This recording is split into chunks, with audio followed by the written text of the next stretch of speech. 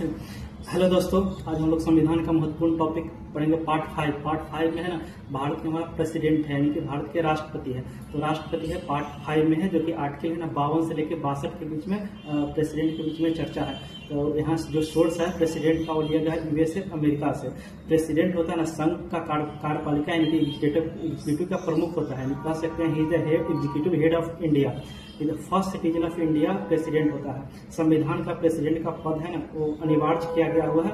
President का जो प्रमुख काम होता है संघ का कार्यपालिका करना, संवैधानिक प्रमुख होता है प्रेसिडेंट। और थर्ड, राष्ट्र का प्रतिनिधित्व करते हैं, संविधान द्वारा है ना परिभाषित शक्तियों का प्रयोग करते हैं, जैसे देश की एकता अखंडता को बनाए रखते हैं, रक्षा करते हैं। सैनिकों के सर्वोच्च कमांडर होते हैं, सुप्रीम कोर्ट का जो कमांडर होता है प्रेसिडेंट ही होता है।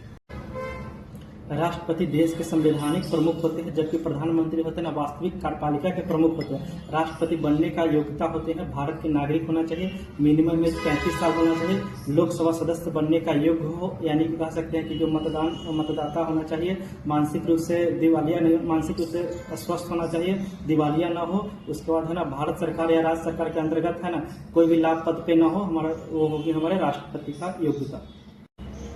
राष्ट्रपति का चुनाव का जो प्रक्रिया होता है वो है, भारत के राष्ट्रपति का चुनाव है ना निर्वाचक मंडल यानी कि इलेक्टोरल कॉलेज के द्वारा किया जाता है। निर्वाचन मंडल यानी कि इलेक्टोरल कॉलेज होता है कि लोकसभा के निर्वाचित सदस्य होते हैं, इसमें राज्यसभा के निर्वाचित सदस्य होते हैं, राज्यों के निर्वाचित एमएलए होते हैं, और दिल्ली और पांडिचेरी के निर्वाचित एमएलए होता है। वैल्यू ऑफ वीटो यानी कि कहता है मत का मूल्य कैसा होता है, सांसदों का मत का है ना मूल्य है ना वो मूल्य संख्या के बराबर होता है, लेकिन विधायकों का मूल्य होता है वो जनसंख्या से के आधार पर अलग अलग किया जाता है।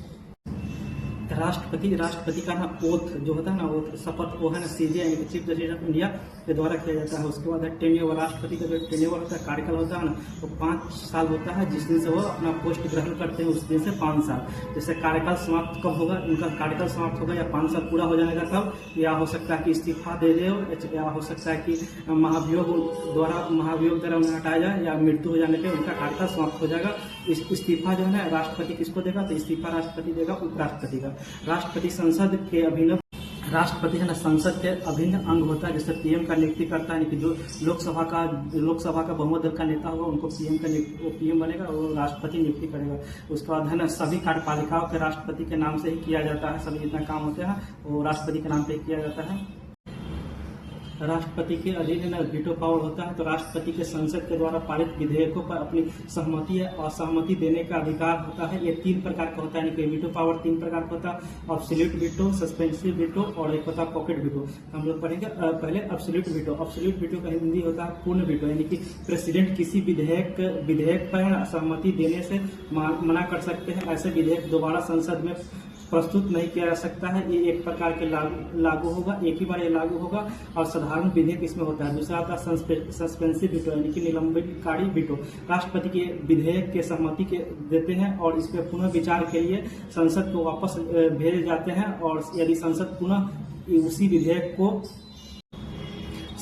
उसी विधेयक को संशोधित करके सहित या बिना संशोधन दोनों सदनों में साधारण बहुमत से पारित कर देती है, तो राष्ट्रपति को सहमति नहीं देनी होती है। उसके बाद तीसरा आता है पॉकेट वीटो। राष्ट्रपति विधेयक को न तो अनुच्छेद देते हैं और न ही असहमति जाहिर करते हैं। वह विधेयक के लंबे काल तक है ना अनिश्चित काल तक लंबित कर सकते हैं। इस स्थिति में विधेयक स्वतः ही निरस्त माना जाएगा। यह है वीटो और पॉकेट वीटो।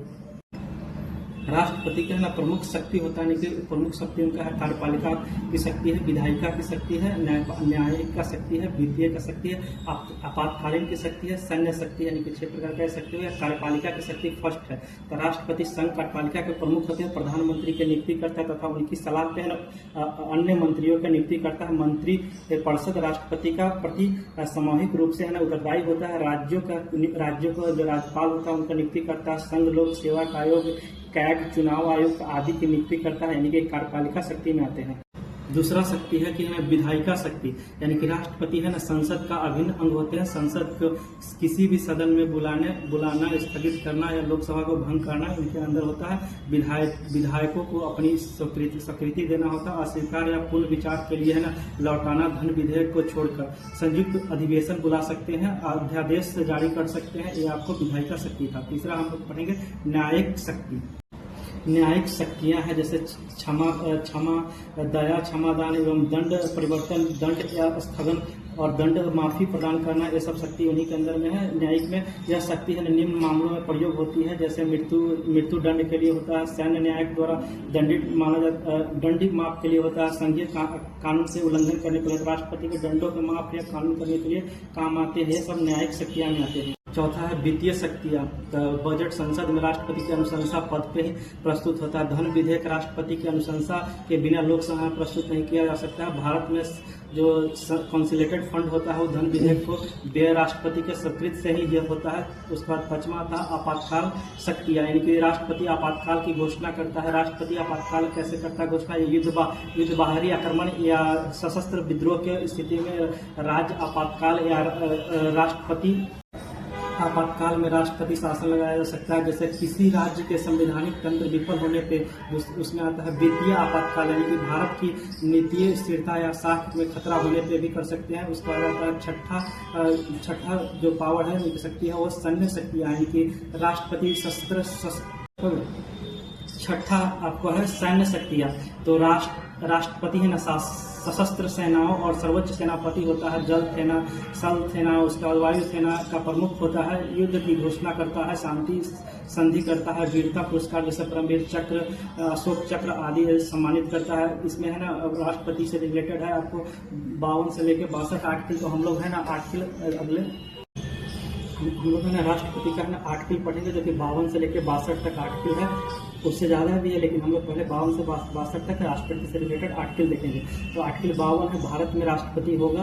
आर्टिकल 53 है कि संघ का कार्यपालिका शक्ति, यानी कि एग्जीक्यूटिव पावर होगा, राष्ट्रपति होगा। और आर्टिकल 54 है कि इलेक्शन ऑफ प्रेसिडेंट होगा, यानी कि इलेक्शन होगा प्रेसिडेंट का। वो 54 में है। 55 यानी कि 55 है राष्ट्रपति का चुनाव का विधि है। 56 आपको 56 है राष्ट्रपति के कार्यकाल से रिलेटेड संबंधित है। 57 राष्ट्रपति का इलेक्शन के बारे में दर्शाया गया हुआ है। 58 यानी कि क्वालिफिकेशन ऑफ प्रेसिडेंट के बारे में दर्शाया गया हुआ। 59 प्रेसिडेंट का कुछ शर्त है संबंधित, जैसे संसद या राज्य का विधानमंडल का सदस्य नहीं हो सकते हैं, ये सब इसमें 59 में आता है, शर्त से रिलेटेड है। 60 में है ना प्रेसिडेंट का शपथ है। 61 में राष्ट्रपति के खिलाफ महाभियोग इनकी इम्पीचमेंट आर्टिकल 61 के द्वारा किया जाता है। उसके बाद 62 है राष्ट्रपति के पद रिक्त को भरने के लिए ना चुनाव के समय और उनके राष्ट्रपति का कार्यकाल निर्धारित किया जाता है। उसका